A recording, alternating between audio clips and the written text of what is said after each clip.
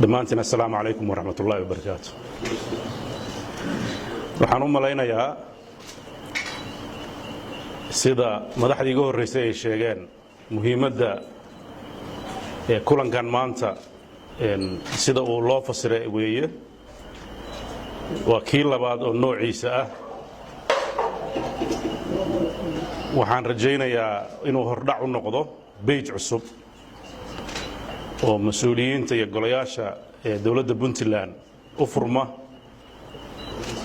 oo ulajeedadiisu tahay in wixii loo igmaday ay isu kaalmaystaan. dabcan golayaashan waxaa loo igmaday inay bulshada u adeegaan maadaama adeegayaal aan nahay shaqo naga dhaxayso. waxaan ilaahay idinkiis rajaynaynaa inaan noqonno dad si dhow u wada shaqeeya. dabcan maanta waa qado iyo maalin nasasho, laakiin waxaa goor dhow haddii alla idmo aan ku xejin doonaa kulamo shaqo oo ay yeelan doonaan golayaasha dowladda si guud iyo si gaargaara. waxaan rajaynayaa inay u horeyn doonto golaha fulinta oo la kulmi doona golaha baarlamaanka aqalkiisa kula kulmi doona una soo bandhigi doona waxyaabaha wasaaraduhu iyo herarka ay marayaan oo kooban. waxaan rajaynayaa inay hadda kadib wasiiradu inta aan iyaga la xisaabin ay iyagu hordhac u keenaan meesha wax u marayaan haddii ilaahay idinka dhigo. dabcan marka laga tago golaha garsoorka, golayaasha kale waa golayaal siyaasiyiin. golaha garsoorku waa golihii dhinac marka laga fiiriyo la dhihi karo asalka ay dowladnimadu ku salaysan tahay oo cadaaladda hayay weeye. waa golo ka duwan xeerarka iyo habka lagu soo dooro golayaasha siyaasiga. waa golo xirfad iyo aqoon iyo hufnaan iyo kriteriya gaara lagu xulo iyo khibrad. laakiin golayaasha kale waa golayaal siyaasadeed oo dadka ay matalayaan ka yimaada inta badan. waxaan rajaynayaa golayaashu isku duuban haddii golo walba shaqadiisa uu garowsado sida dastuurka iyo qawaaniinteen ay noo dhigayaan, in la isqabsado way adkaanaysaa qiyaasteeda. waxaan kala saarayaa marka la wada shaqaynayo waxa yimaada oo af Soomaali hadda kuma garanaa ixtikaak. marka af Soomaaligu waaqan wuxuu noqon doono waa la isku dhacdhacaya xogaa iyo khilaafka farqi baa u dhaxeeya. hirig waa Soomaaliga hirigta maamul waa wax basharka ku salaysan oo dad wada shaqaynaya ma dhahayno suxubi baan noqonaynaa oo aragtidu waa kala duwanaanaysaa,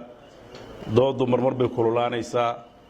bini aadan iyo masaalixda isku sinninba dhinac ka istaagaya. laakiin waxaasoo dhan haddii laysla ogol yahay in la wada shaqeeyo oo sharci lagu shaqeeyo si sahlan baa xal loogu helayaa. laakiin haddii wada shaqayntaasi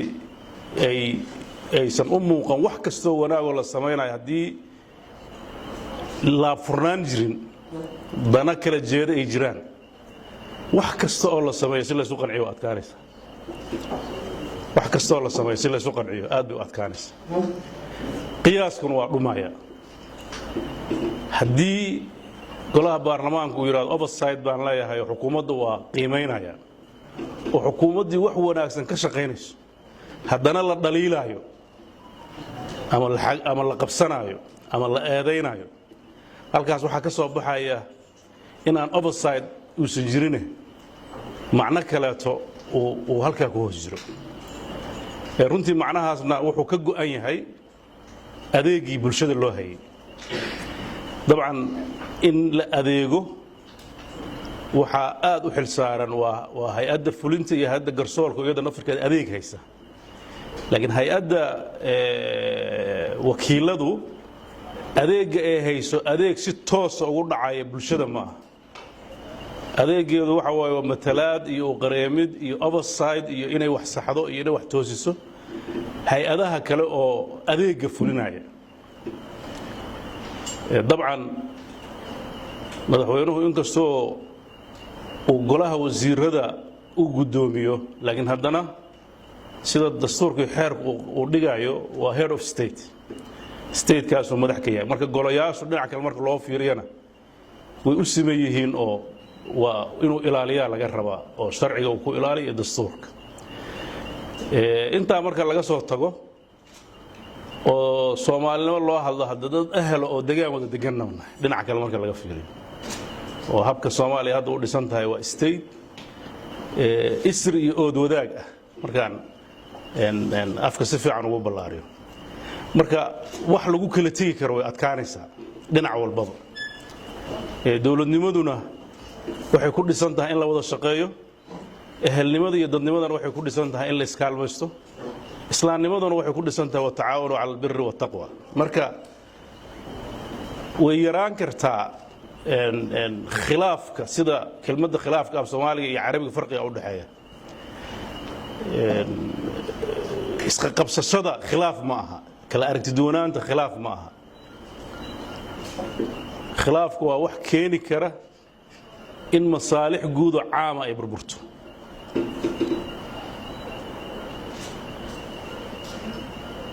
marka tan la diidayo oo ama islaamnimadu diidayso ama dawladnimadu diidayso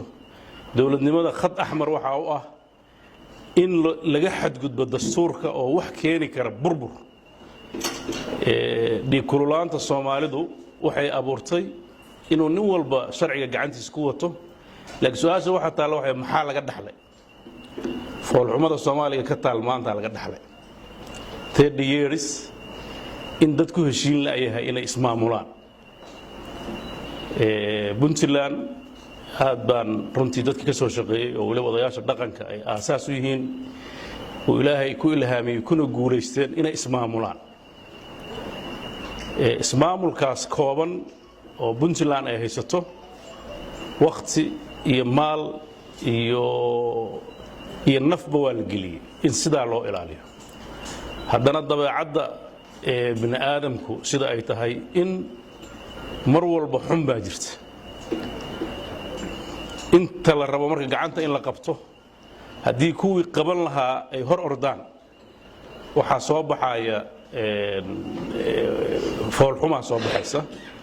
oo dawladnimada runtii iyo dadnimadaba aanan u wanaagsanayn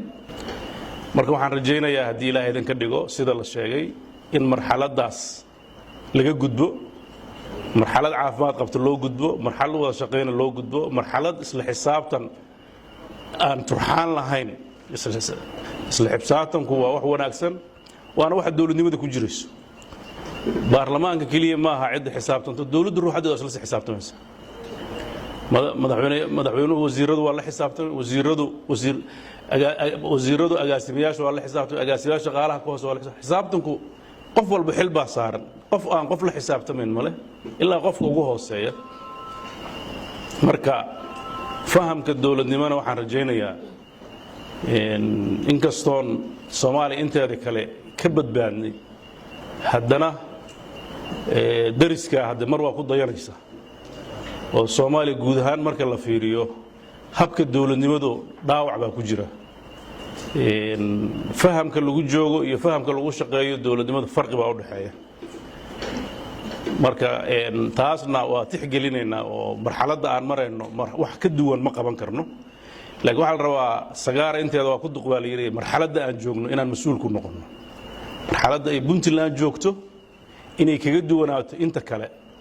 in la dareemo waa muhiim in 22 sano oo ismaamul ah oo kala dambeyn ah oo khaladaadkeeda iyo khilaafaadkeeda wadatay in la xakameeyay maanta waxa laga sugayaa in ay ka talaabo dheerayso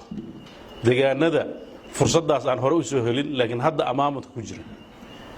waxa la rabaa Puntland in ay wixii iyada wanaaga ay samaysay ay la wadaagto walaalahooda kaleeto sida haddaba dhacaysay oo markay masaa'ib ku dhacaan ama muqdisho ka dhacaan ama tii beledweyne ugu dambeysay dadka reer Puntland ay gurmud u fidinayeen ayaa la rabaa hay'adaha dawladana gurmud maamul inay fidiyaan oo isteedyada kale wixii ay ku khibrad dhaamaan dhinaca shuruucda iyo dhinaca xeerarka iyo dhinaca agabka maamul manualka material badan bay wasaaraduhu haystaan oo ay ku caawin karaan wasaaradaha kale ee dhismaaya tababaray bixin karaan sida iyagaba tababaro loo soo siin jiray wax badan baa la isweydaarsan karaa marka waxa aan rabno inaan la wadaagno dadka kale walaalaheena ah waa wax annagu aan bixinayno markaan waxaan isleeyahay institutionada aan dhisno weyga kaliya noo furan waxa weeye dalkan inaan dhiiri gelino nidaamka democratizationka iyo in dadka la doorto oo wax lagu saxo haddii ay wax khaldanaayeen representationka lagu saxo halkaas aniga aragtida siyaasadeed aan isleeyahay waa loogu gudbi karaa caqabadaha iyo dareenka jira waa taas waxa kaloo muhiim ah dhulkan Puntland midnimadiisa in la ilaaliyo la isku hayo oo noqdo mid u wada adeega bulshadiisa aragtiyaha kala duwan aniga khilaafku ma tilmaamay aragtiyaha kala duwan ee abuurmi karana wada hadal iyo isqancin looga gudbo maraaxishaas waxaan aad u rajaynayaa haddii ilaahay ka dhigo in jawi degan oo mustaqbalka u horseedi kara dadka reer Puntland inay adeeg kay haystaan wuxuun dhaama inay helaan oo dawladda aragtideeda iyo qorshayaasheeda emphasize ka saarayso ay fursad u hesho inay ku shaqayso waxaan aad ugu kalsoonahay haddii wada shaqaynta hadda la wada ballan qaaday oo qof walba aan rajaynayo inuusan kaga aragti duwanayn odayaashii halka ka hadlay oo ah dad isku maslaxada doon wada saaran shaqo isku mid leh oo inay dadkooda u adeegaan ay tahay waxa loo igmaday in aan isu qaabayno hab maamul oo gaarsiin kara inaan adeegaasna laga sugayo inaan fulino aragtiyaha kala duwanna aan u helno hab ka duwan 10kii bilood la soo dhaafay sidaan u maamuleynay si ka duwan oo si dhaba loo wada hadlo oo loo wada shaqeeyo oo la isugu yimaado kulamo formal iyo kuwa informal oo lagu la foguraayo xaaladaha jira waan ku kalsoonahay haddii niyad wanaag jirto waxa lagu kala aragti duwan yahay inay aad u koobnaan doonaan inta lagu kala aragti duwan yahay xal muqnaca laga heli doono haddii niyadu ay fiican tahay oo tartan iyo xiniftanku meesha laga yareeyo waxaan qabaa si kale loo dhigo oo wasiirka iyo xildhibaanka isku deegaan ka yimid si wada jiro midaysan deegaanka hawada matalan oo xaaladooda ha wada qiimeeyaan oo golayaasha dawladdu de loobi baa ka jiray waa taas ceeb maahane kelmad fiican hadda ka bartay Puntland oo qareemid ya advocacy da kelmadaas waaga hor ma jiri jirin marka u qareemid inay noqoto in loo qareemo oo wax loo raadiyo oo laga hadla xaaladooda ceeb ma qofka constituency-giisa in uu soo bandhigo hay'adaha dawladda uu uga loobi gareeyo waa shay dabiici maxaa yeelay waxa laga yaabaa hay'adaas inaysan warba ka haynin xaaladda xagga ka jirta qofka markuu mas'uul yahay wax walba ma wada ogaan karo oo xaqiiq weeye intuusan mas'uul ka noqon scope-kiisa waa koobnaa meelo yar buu ku wajahnaa laakiin markuu mas'uuliyadda wasaaradda yimaado ama wasiir noqdo ama agaasi noqdo de scope-kiisa waa ballaaranaya waxa laga rabaa Puntland oo dhan marka wuxuu ku khasbanaanayaa deegaan walba iyo baahiyihiisa iyo duruufihiisa inuu si gaar ah ula socdo marka ma wada kari karo marka dad deegaanka ka socda inay u yimaadaan oo ay u soo bandhigaan xaaladda jirta waa shay wanaagsan oo runtii la rabo iyadana inaysan loobigu isku bedelin pressure waa kala duwan tahay inaad ka loobi garaysid oo sheegtid iyo inaad pressure ku saartid in waxa la sameeyo farqiga u dhaxeeya waxa laga yaabaa wasaaraddii inay capacity-gii ama qorshaheedu uu ka hor imaanayo mararka qaybtood marka as long as dad Soomaaliyeed wax loo raadinayo waa wax fiican laakiin waxa u maleynaa waxa loobiga laga galo dadka waxa loo qabto kaliya ma aan wax kale oo ku jiraan Soomaa waxyaabaha kale oo loobiga aan ku jirin wax qabadka iyadan in la yareeyo oo mararka qaarkood xamaasadda iyo caadifada abuuri karta dadkeena iyo deegaankeena iyo dawladnimadeena waxa u fiican wada jir iyo isku kalsoonaan iyo isu cudurdaarid mararka qaarkood xataa qofku isagoo khaldan in loo cudurdaaro u baahan yahay oo laga garaawo mararka qaarkood duruufaha haysta waxaan aad uga mahad celinayaa in qadadan soo ajiibay waxaan aad uga mahad celinayaa madaxweyne ku-xigeenka iyo guddoomiyaasha baarlamaanka iyo maxkamadda iyo akhyaarta kale halka joogta waxaan ku faraxsanahay intii hadda la qadaynayay aan dhageysanayo miis walba biisi buu ahaa dadka ruuxadooda waa kala mashquulsanaa isma arago aadaa loo sheekaystay marka naftirkeeda intaasaaba hadafka laga lahaa qayb ka mid ah in dadku is arko oo is waraysto oo sida loo qorsheeyay in loo wada fadhiistana aad buu u fiicnaa dadku isdhex galo oo waan rajaynayaa kulamo wada shaqo oo intaan ka ballaaranna inaan qabsanno annagoo ku qurxinayna mas-uuliyadeenna iyo adeegga ay bulshadeenna naga sugayso waxaan aad iyo aad uga mahad celinayaa xafiiska madaxtooyada oo runtii hawshaan soo qabanqaabiyey oo wakhtiga kooban ee lagu gaarsiiyey siday u agaasimeen oo uga mahad celinayaa waxaan rajaynayaa haddii ilaahay idan ka dhigo in beyj cusub oo laabfurnaana aan galno annagana waxaan diyaar u nahay xafiiska madaxtooyada waxaan diyaar u nahay inaan si dhow ula shaqeyno golayaasha oo dhan si dhow inaan ula shaqeyno oo ayna noqon golayaashu golayaal laysu maro marka golo walba in tixgelintiisa iyo wada shaqayntiisa la xoojiyo waxaan rajaynayaa haddii ilaahay inaan si dhow u wada shaqayn doono aad baad u mahadsantihiin wassalaamu calaykum waraxmatullahi wabarakatu